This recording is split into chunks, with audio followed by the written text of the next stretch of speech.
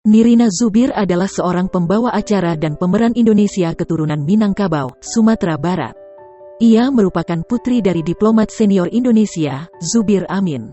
Nirina Zubir mengawali karirnya di dunia entertainment dengan menjadi penyiar radio Prambors selama 8 bulan. Kemudian menjadi VJ MTV Indonesia selama beberapa tahun dan memulai debut akting dalam film 30 Hari Mencari Cinta.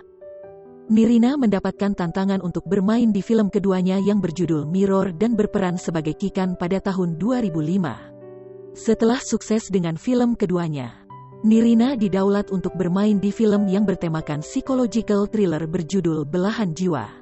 Pada tanggal 11 Mei film keempatnya diputar di bioskop dengan judul Heart. Dalam film Heart, Nirina pun mengisi soundtracknya.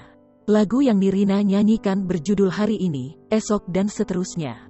Setelah kesuksesan film Heart yang berhasil menyedot 1,6 juta penonton tahun 2006, kemudian pada tahun 2007, Nirina melanjutkan dominasinya dengan film Get Married yang menjadi film tersuksesnya di box office yaitu ditonton sebanyak 2,2 juta orang.